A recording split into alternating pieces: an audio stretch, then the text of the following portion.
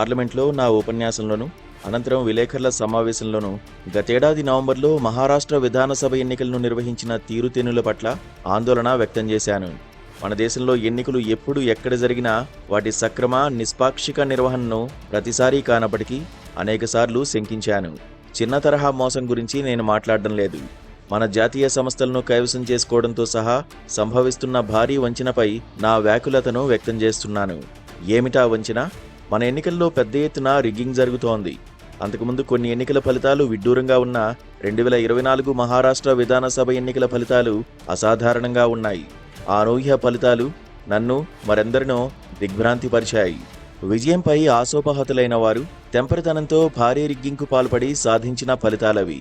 ఆ వంచనను కప్పిపుచ్చేందుకు సకల ప్రయత్నాలు చేసినప్పటికీ దాచిన వాస్తవాలన్నీ ఎలాంటి అనధికారిక మూలాధారాల ఆలంబనతో పనిలేకుండా అధికారిక గణాంకాల నుంచే బహిర్గతమయ్యాయి. అంచెలంచెలుగా ఆ అక్రమానికి పాల్పడేందుకు అనుసరించిన వ్యూహాలు, పద్ధతులు, ప్రక్రియలు వెల్లడయ్యాయి. ఆ ఎన్నికల అక్రమం ఎలా మొదలై ఎలా పరిపూర్తి అయిందో విపులంగా చూద్దాం. ప్రథమ పర్వం: ఎన్నికల నిర్వహణను పర్యవేక్షించే అధికారులను నియమించే ప్యానెల్ను మార్చివేయడం. ఎన్నికల కమిషనర్లను ప్రధానమంత్రి, హోంమంత్రి 2:1 మెజారిటీతో ఫలప్రదంగా ఎంపిక చేయడాన్ని 2023 ఎన్నికల కమిషనర్ల నియామక చట్టం సుసాధ్యం చేసింది. ఆ నియామకాలపై నిర్ణయం తీసుకునే త్రిసభ్య ప్యానెల్లో మూడో సభ్యుడైన ప్రతిపక్ష నాయకుడి సూచన ప్రతిసారి మెజారిటీ ఓట్లతో తిరస్కృతమవుతుంది. ఎన్నికల కమిషనర్లను ఎంపిక చేసే ప్యానెల్లో భారత ప్రధాన న్యాయమూర్తి స్థానంలో కేంద్ర కేబినెట్ మంత్రికి స్థానం కల్పించిన నిర్ణయం న్యాయబద్ధమైనది కాదు. నైతిక సమంజసత్వం లోపించిన నిర్ణయం అది.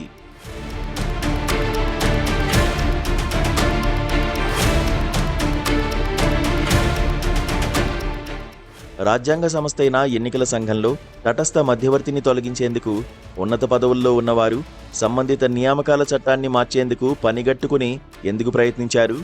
ద్వితీయ పర్వం: నకిలీ ఓటర్లతో ఓటర్ల జాబితాను విస్తరించడం.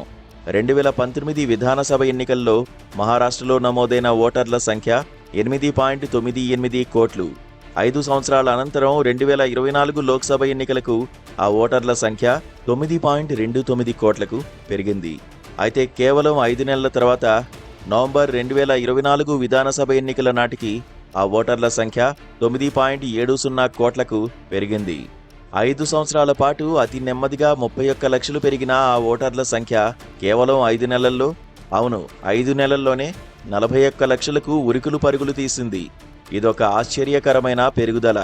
అదెంత అపురూపమైన విషయమంటే నమోదైన మొత్తం ఓటర్లు 9.70 కోట్ల మంది కాగా ప్రభుత్వ సొంత అంచనా ప్రకారమే మహారాష్ట్రలోని మొత్తం వయోజనులు 9.54 కోట్ల మంది మాత్రమే.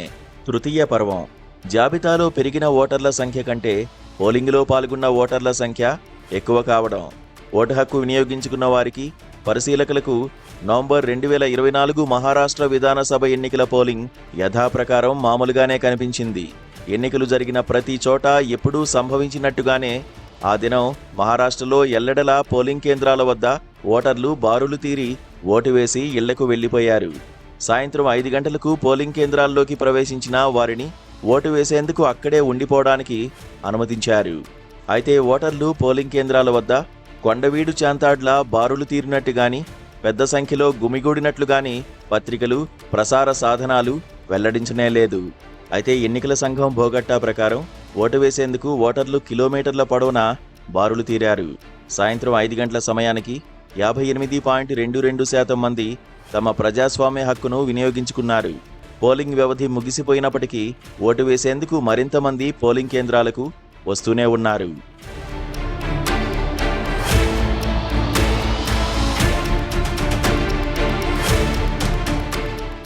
మొత్తం ఓటర్లలో 66.05% మంది ఓటు వేశారని ఎన్నికల సంఘం ఆ మరుసటి ఉదయం వెల్లడించింది.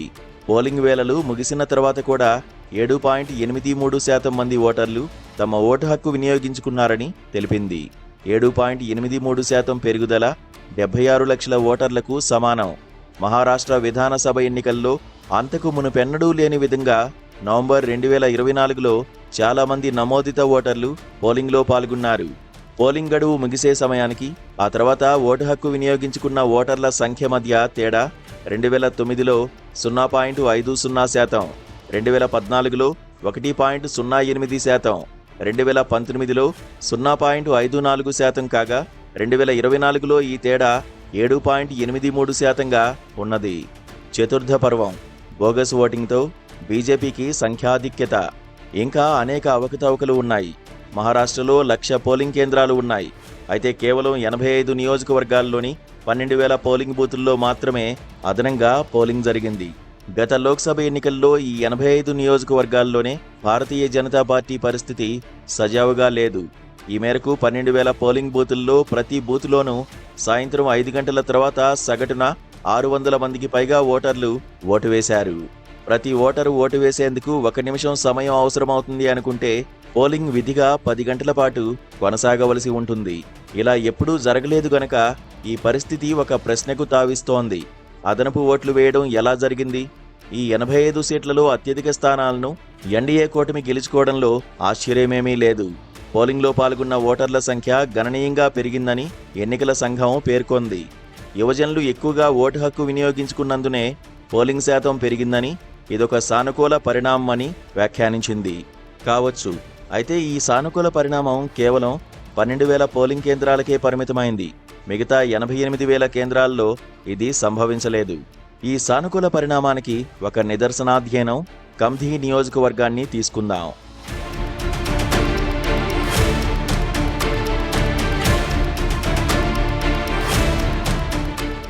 2024 లోక్సభ ఎన్నికల్లో ఈ నియోజకవర్గంలో కాంగ్రెస్కు 1.36 లక్షల ఓట్లు రాగా బీజేపీకి 1.19 లక్షల ఓట్లు లభించాయి.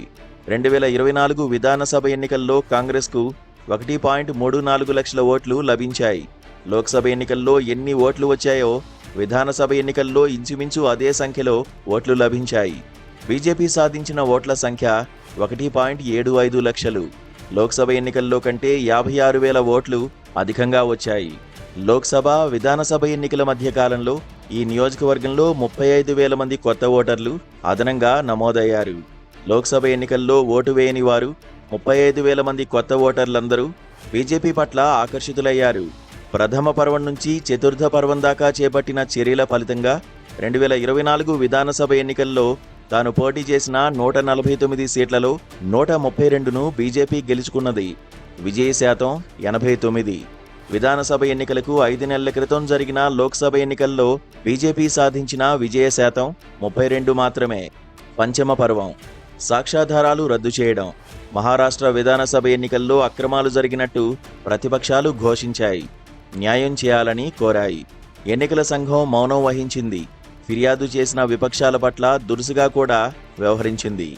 2024 లోక్సభ, విధానసభ ఎన్నికలకు సంబంధించిన ఓటర్ల జాబితాలను ఓటర్ల ఫోటోలతో సహా అందుబాటులో ఉంచాలని అభ్యర్థించాయి. ఎన్నికల సంఘం ఈ విజ్ఞప్తులను వెనువెంటనే త్రోసిపుచ్చింది. ఇంతకంటే ఘోరమైన విషయం మరొకటి ఉన్నది. విధానసభ ఎన్నికలు ముగిసిన నెల రోజుల అనంతరం ఒక పోలింగ్ కేంద్రంలో ఓటింగ్కు సంబంధించిన వీడియోలను, సీసీటీవీ ఫుటేజీని ప్రజలకు అందుబాటులో ఉంచాలని ఎన్నికల సంఘాన్ని హైకోర్టు ఆదేశించింది.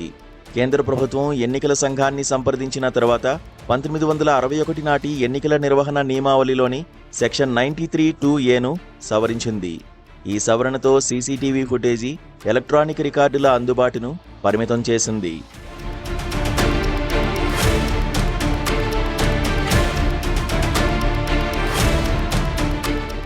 ఇటీవల ఐడెంటికల్, డూప్లికేట్ ఈపీఐసీ నంబర్లు బయటపడడంతో బోగస్ ఓటర్ల విషయమై ఆందోళన మరింత తీవ్రమైంది. ఇది ఒక బృహత్ సమస్య సూచనప్రాయంగా వెల్లడి కావడమే.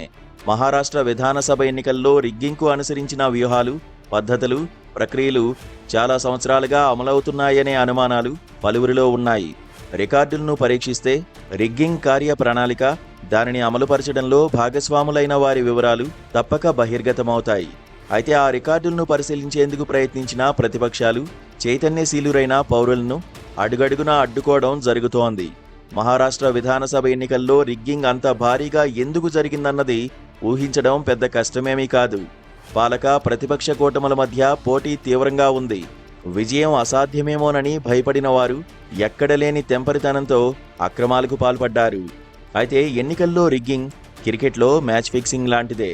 ఇటువంటి అక్రమాలకు పాల్పడిన వారు ప్రజాస్వామిక సంస్థలకు ఎనలేని నష్టం చేస్తున్నారు. చక్కదిద్దలేని క్లిష్ట పరిస్థితులను కల్పిస్తున్నారు. ఎన్నికల ఫలితాల్లో ప్రజల నమ్మకాన్ని వమ్ము చేస్తున్నారు. ఇలా అయితే మన ప్రజాస్వామ్యం ఏమైపోను? రిగ్గింగ్తో ఎన్నికల్లో గెలవడం ఏ ప్రజాస్వామ్య వ్యవస్థను దృఢతరం చేయదు.